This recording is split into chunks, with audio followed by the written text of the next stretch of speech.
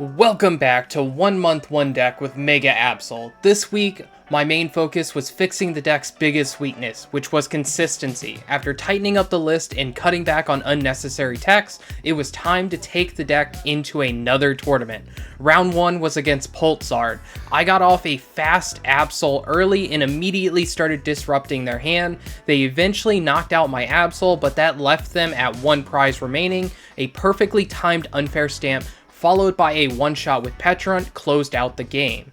Now, round 2 was against Mega Lopunny. This matchup can be tricky for Absol. I had an okay start, but my opponents struggled to find their Lopunnies for most of the game.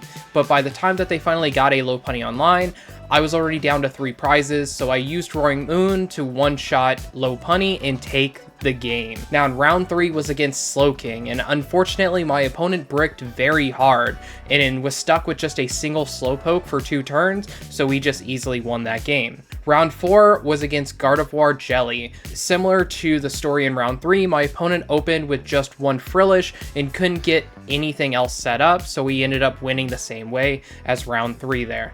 Now, in round 5 was against Pidgeysard this time. I opened with a fast Absol and immediately started picking apart their hand, and I was able to stop the setup of both Charizard and Pidgeot and put them into a checkmate board state, making sure I could one-shot a Zard on the following turn if they managed to set up another one. Now, in round 6 was against Grimmsnarl. I used Brute Bonnet to take an early knockout, then transitioned into Absol to control their hand. From there, the game was easily locked up, winning us that round. Round 7 was against Gholdengo, and this game felt more like a game of chess than it did a game of Pokemon. I used Budew early to buy time while setting up Brute Bonnet and slowly moving damage over to their only Gholdengo that they had on the field at the time, which snowballed into a win very fast. Now, in round 8 was against Poltnoir. Now, I opened pretty poorly and got Budew locked until they finally set up Dragapult, which ended up costing me the game, and we ended up losing that round. Round 9 was a rematch against that Gholdengo player. This time I had a decent start, but my opponent had the perfect start for Gholdengo. I tried using Absol late game to check their hand for their last superior energy retrieval. Unfortunately, it was the very next card on top of their deck, which won them the game. Now, in round 10 was against the Poltnoir player from round 8, which was yet another rematch. I started strong, but my board ended up too tight. They took a fast knockout on one of my Toxtricity, leaving me with only 1 for the rest of the game. Eventually, they popped a Dusclops on my Absol and swung in with Ursaluna to close the game out for them. Round 11 was against yet another Dragapult Dusknoir. This game was much better. I took a fast knockout on their Fez. Later, I took a huge knockout on their Dragapult, leaving them with no attacker ready and me at 1 prize remaining. But then my internet randomly went out, losing me the game. So overall, I ended up finishing 12th place in this 200 player online event, and here's the list that I used. I removed most of the tech cards that we had from week 2, keeping only Watchtower and Psyduck really. I added Brute Bonnet back in, and it came up a lot throughout the tournament. Overall, this version of the deck feels much more consistent, and if you want to try this list for yourself, the deck list is down in the description below. Now on to game number 1. Alright, so first up is my round 1 game, the one against the Poltzard. Our opponent starts off first. They get to get down the Dreepy and a Charmander. That way then they have double Dreepy on the field. Then they are going to attach a Luminous Energy to their Dreepy in the active before passing the turn. We have an Yveltal and we top deck into a Psyduck, so if we need that we could put it down, but there isn't really a rush to do that just yet. Here we are just going to use this Arven, get a Bravery Charm plus a Buddy-Buddy Poffin. That way we can actually look through our deck, see what all we prized and what all we didn't. Now we will use this Buddy-Buddy Poffin, get down double Toxel, and be able to use a Nest Ball to get down a Budew. That way we can retreat the Yveltal into the Budew and be able to item lock them for a turn, turning off anything like a rare candy play that they could possibly go into next turn. Here they do find a Charmeleon, so they are able to go into that before using an Arven to try to set up for their next turn. And they could possibly grab a TM Evo here as well. That way then they can get a Dracloak down and make it so that way then they can go into either stage 2 that they could need. Here they are going to use that Arven to be able to grab that rare candy, and they do grab the TM Evo as well. They do play down the TM Evo here, just so they can get that Dracloak like I said. For our turn, we do have a Toxtricity in hand already. We were just waiting to see what we're going to top deck. We top deck into a Mist Energy. So we are going to use this Nest Ball, get down an Absol, put down that Mist Energy, and put down a Bravery Charm before firing off this Iono. We're hoping for an Ultra Ball, and we do find it. So we actually get a very nice hand from that Iono. We are able to get into the other Toxtricity, get that down, be able to fully power up our Mega Absol this turn. It has the Bravery Charm, so it's still going to be at 290 HP, even though we don't have a Munkidori to be able to move damage around. They won't be able to one-shot this Mega Absol. Here we are going to take that knockout and look at their hand. They have quite a few energy, but they only have a single Luminous. We are just going to grab this Lillie's Determination though, that way then they can't shuffle their hand and get a better hand than what they already have. Here they are going to throw up that Dracloak. They will still be able to use Dracloak to be able to look at 2 extra cards this turn, and then potentially find like a Nest Ball to get their Fez and see 3 more. Here they are going to put down that Luminous Energy and the Dragapult, meaning that they will be able to deal 70 damage this turn. They will be able to use that Buddy-Buddy Poffin as well, get down a second Charmander and another Dreepy before using a top-decked Ultra Ball that they found. That way then they can actually get down their Charizard, be able to power up both of their attackers and swing for 200 damage onto our Absol and put 60 damage on a Toxtricity. Here we top deck into a Munkidori, which is huge because we can actually put that down, put the Dark Energy in our hand onto it as well. Here I'm taking a second because I saw a really cool play that could actually win me the game pretty fast, and I'm actually going to go for that. So I'm going to put a Dark Energy onto the Yveltal. That way then I could go into that this turn by retreating the Mega Absol. Here we are also debating about using Boss or using Lilies here. Either one could be good. I am just going to start off by retreating this Mega Absol, going into the Yveltal, using the Munkidori to be able to move 30 damage over to the Dragapult, and then I am going to use my Toxtricity. That way then we can put another energy onto the Mega Absol just in case one of our Toxtricities gets knocked out next turn. Then we are going to just hit them with the Yveltal. That way then they can't retreat their Dragapult, and it is now at 50 damage counters on it. That way then next turn all we have to do is just move 1 damage counter over, and we will be able to one-shot their Dragapult using Mega Absol's first attack. By doing it this way, we limit the amount of prizes that our opponent can take next turn to just 2 prizes. They only had a single card in hand, and then they drew 1 per turn.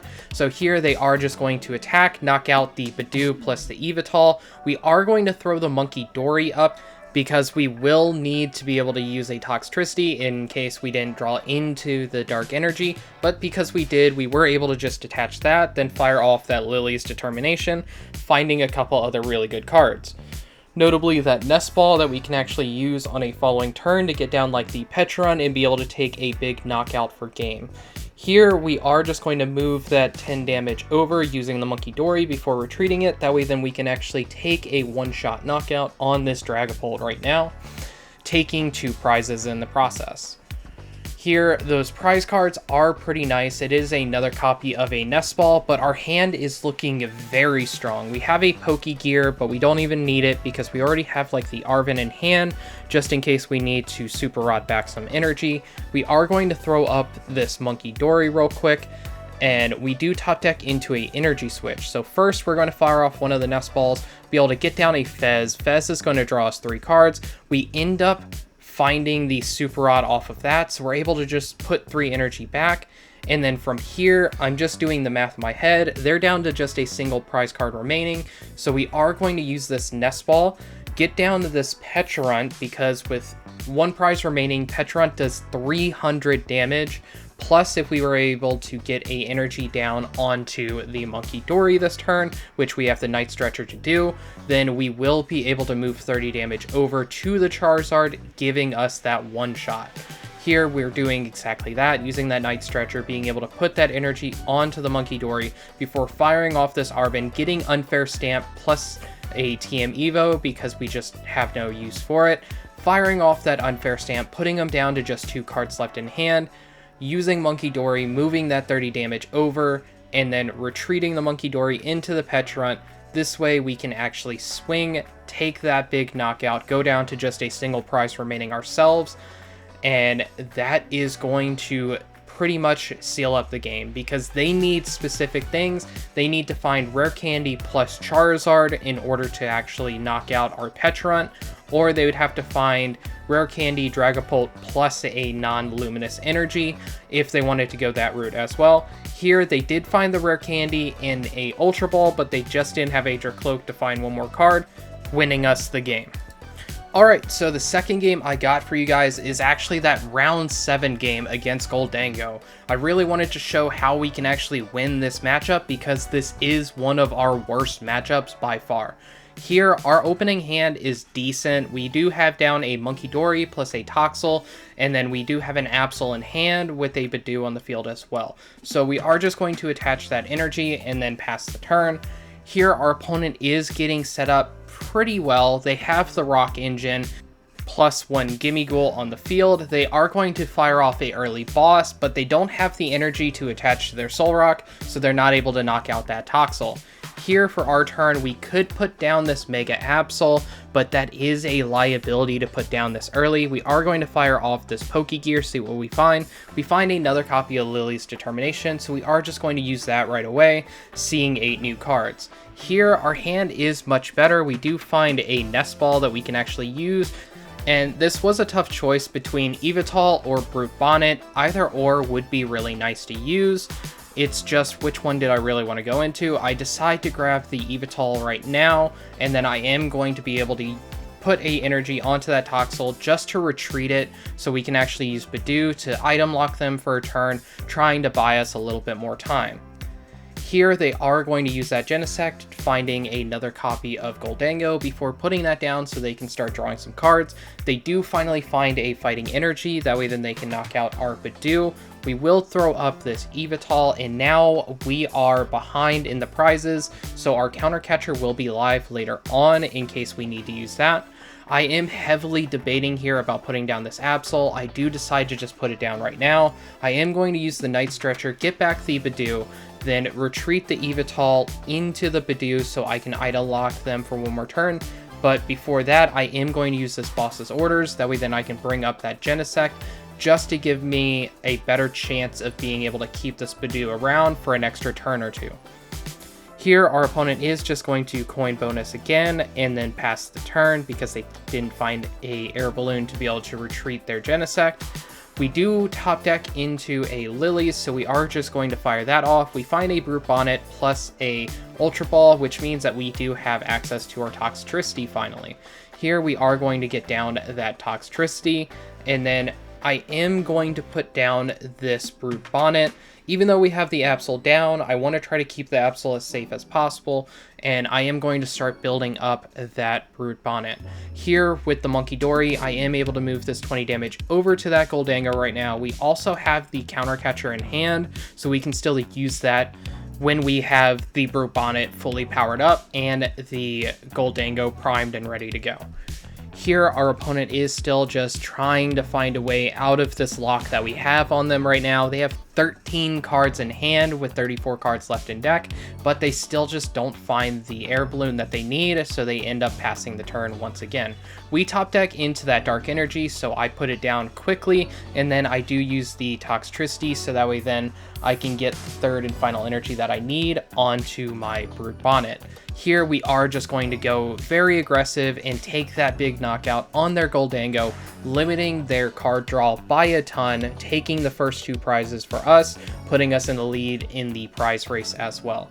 Here they are finally able to use their items because we didn't item lock them with Budew, so they are just going to be able to start popping off real well, and they are getting a ton of energy in their hand going through all of that.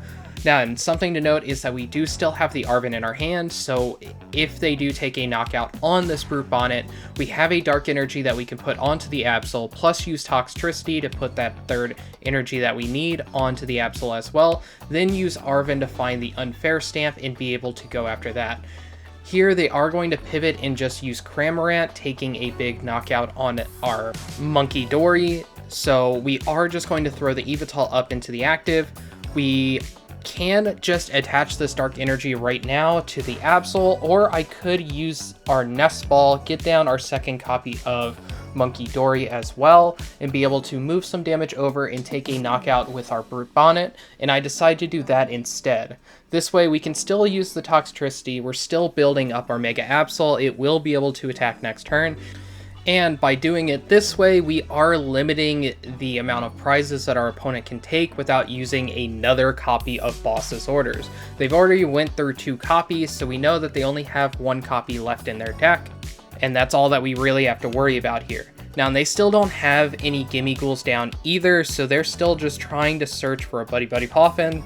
They do finally find one, so now they're able to get 2 Gimme Ghouls down. They have 16 cards in hand as well, so that is something to note. That means that they have everything else that they could really want in there. They do have like their Goldangos and all of that. They are going to use that Lana's Aid to be able to get back the Cramorant.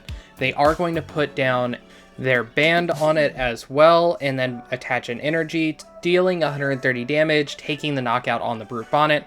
We will be throwing up this Yveltal right now, and then we top deck into a Mist Energy, which is pretty nice here. That way then we can limit how many energy we have left in the deck that we would have to use. I am thinking about just throwing that down right now, and I am going to decide to do that. Now we are going to fire off this Arven, getting our Unfair Stamp plus our Bravery Charm. That way then we can make our Absol a 330 HP monster, and we will be using that Super Rod to put back the Brute Bonnet plus 2 energy before firing off that Unfair Stamp, putting them down to just 2 cards left in hand. Now here we are just going to go straight into the Mega Absol, take a knockout on this Cramorant, take their Fighting Gong in their hand, leaving them just with another copy of Gimme Ghoul. They will be able to use their Genesect to find 2 Goldango this turn though, and they will be able to see at least 3 more cards, plus if they draw into another energy, they could see 3 more after that, seeing a total of 7 cards this turn. Now here they are going straight into those Goldangos.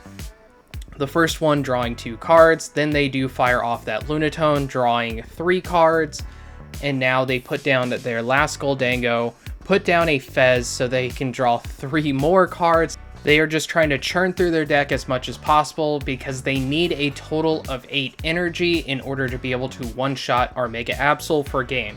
Here they do have a superior energy retrieval, but they only have a total of 7 energy in the discard.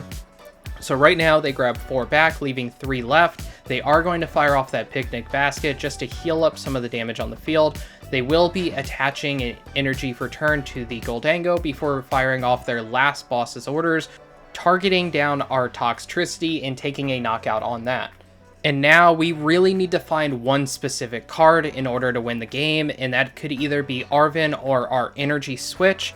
Because we already have a Dark Energy and a Nest Ball to get the Pecharunt and start powering that up, we do use the Fez to draw those 3. We find the Arven, so we're going to grab that Energy Switch. We're going to use the Nest Ball, put down the Pecharunt. Our opponent then sees that the game's pretty much over, so they are going to concede. Alright, so after 3 weeks, I can confidently say that this deck is a ton of fun and way more consistent than the week 1 or week 2 lists. While it looks simple on the surface, there's actually a lot of decision making involved every turn. My goal this week is to grind some of the tougher matchups and enter one final tournament with Mega Absol.